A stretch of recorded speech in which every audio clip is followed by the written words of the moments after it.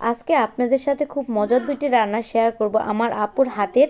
ছোটবেলা এইগুলা যে দেখতেছেন এগুলা কে কে চেনেন, এগুলো হলো পুঁই শাকের হলো ফুল বলে বা দানা বলে। এগুলা ছোটবেলা কিন্তু আমরা এগুলাতে ফুল আর্ট করে খাতার ভিতরে এগুলা দিয়ে রং বানাতাম এবং অনেক সুন্দর করে খেলতাম। আর এগুলা দিয়ে কিন্তু ভাত খেলে পুরাই লাল লাল হয়ে যায় এবং আরেকটা জিনিস হয় সেটাও কিন্তু লাল লাল হয়। বুঝতে পেরেছেন আমি কি বলেছি? আসসালামু আলাইকুম, সবাই কেমন আছেন? আশা করি সবাই ভালো আছেন। ছোট বোন এগুলো এখন বসে বসে ছিটতেছে, পরিষ্কার করতেছিল। এখানে বড় আপু আজকে রান্না করতেছিল। তো আমার আর কি কাজ বলেন, আমি শুধু হলো ভিডিও করি আর খাই, এই হলো আমার কাজ। তো এখানে বড় রুই মাছ রান্না করা হচ্ছিল, তো আপু সুন্দর করে কিন্তু রুই মাছ ভেজে নিচ্ছিল, কারণ মাছ যদি একটু কম ভাজা হয় তাহলে আমি একদমই খেতে পছন্দ করি না। তো এরপর পেঁয়াজগুলো এখন একটু ভেজে নিচ্ছিল, তারপর আদা রসুন বাটা দিয়ে দিল, সুন্দর করে কষিয়ে নিচ্ছিল। মাছটা বুঝে নিত যে মাটি চুলায় রান্না করতেছে, অসাধারণ হবে। তারপর এখানে পরিমাণ মতো হলুদ মরিচ দিয়ে দিল, সুন্দর একটা কালার চলে আসছে দেখেন। আর এই দুইটা মজার রান্না তো অবশ্যই আপনাদের কাছে ভালো লাগবে। ফুল ভিডিওটা কিন্তু দেখবেন, একটুখানিও মিস করবেন না। তো এরপর মশলাটা কষানোর পর এখানে হলো নতুন আলু দিয়ে দিচ্ছে। আর আজকে এই মাছটা রান্না করা হবে বেগুন, আলু এবং সিম দিয়ে, যার তরকারিটা হবে অসাধারণ। শীতের দিনে তরকারি বলে কথা, অনেক বেশি মজা। তো এরপর হলো আপু এখানে বেগুন দিয়ে দিল, সুন্দর করে এখন এগুলাকে কষিয়ে নিবে। আর তার ভিতরে আপনাদের অসাধারণ আরেকটা জিনিস দেখায়, দেখেন এখানে হলো মামার ভাইগনা মিলে কি দুষ্টামি করতেছে।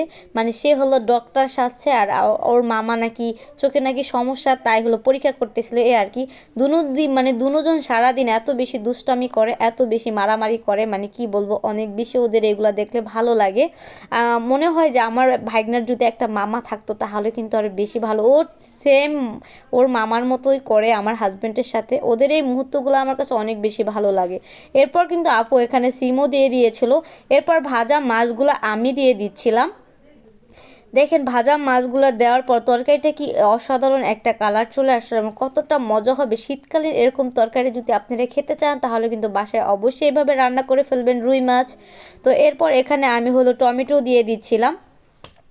আর শীতকালীন সবজির ভিতরে যদি মাছের ভিতরে সবজি হোক যাই হোক, টমেটো ধইনা পাতা যদি না দেওয়া হয় তাহলে মনে হয় তরকারিটা অসম্পূর্ণ থেকে যায়, তাই না?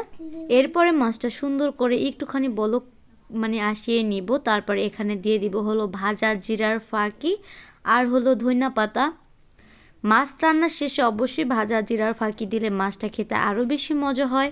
এরপর এখানে অনেকগুলা কিন্তু ধইনা পাতা কুচানো দিয়ে দিলাম। এরপর দেখেন তরকারিটা কি অসাধারণ হয়েছে। আলহামদুলিল্লাহ, অসাধারণ। দেখতে যতটা মজা হয়েছে, খেতে তো আলহামদুলিল্লাহ অনেক বেশি মজা হয়েছিল। এরপর আপু তরকারিটা কিন্তু এই যে বেড়ে নিল, দেখতেই পাচ্ছেন তরকারিটা কত সুন্দর হয়েছে। এরপর পরবর্তী রান্নায় চলে যায়, চলেন।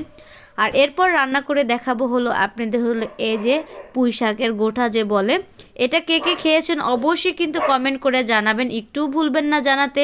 এখানে সুন্দর করে কিন্তু ওইগুলো ধুয়ে নিয়েছিল। তারপর পেঁয়াজ মরিচ দিয়ে দিল তেলের ভিতরে, একটুখানি হলুদ একটুখানি মরিচ দিয়ে দিল, সুন্দর করে কিছুক্ষণ যাবত একটু কষিয়ে তারপর দিয়ে দিল এই পুঁই শাকের এই গোটাগুলা। এখন এটাকে সুন্দর করে লেড়ে চেড়ে সুন্দর করে মশলার সাথে মিশিয়ে নিব।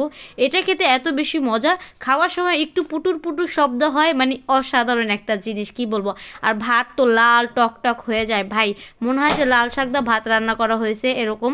এরপর এখানে সুন্দর করে কিন্তু কষানোর পরে এখন ঢাকনটা ঢেকে দিছি। এরপর সুন্দর একটা কালার চলে আসছে, দেখেন লাল কালার কিন্তু এই যে বের হয়ে গেছে। এরপর আবার ঢাকনাটা ঢেকে দিল সিদ্ধ হওয়ার জন্য একটু পানি দিয়ে। এরপর এখানে এগুলো কিন্তু পুরাই সিদ্ধ হয়ে গেছে। এরপর আপু একটা চামচের সাহায্যে এটাকে এখন একটু লেড়ে চেড়ে একটু গুতা গুতা দিয়ে নিবে, যার এটা একটু মিহি হয়ে যায়, খেতে বেশি ভালো লাগে। যেহেতু ছোট ছোট দানা একটু আস্তে আস্তে থাকে, এই কারণে ফাইনালি কিন্তু এই যে পুঁই শাকের গোটা রান্না করা হয়ে গেছে। তো আজকের রান্না দুটো আপনাদের কাছে কেমন হয়েছে অবশ্যই কিন্তু কমেন্ট করে জানাবেন। এখন হলো আমি ভাত খাবো এগুলা দিয়ে, দেখেন কত সুন্দর একটা লাল কালার হয়ে গেছে। তো আসসালামু আলাইকুম, আজকে এই পর্যন্তই। পরবর্তী ভিডিওতে আবার আপনাদের সাথে দেখা হবে। Tata, bye bye.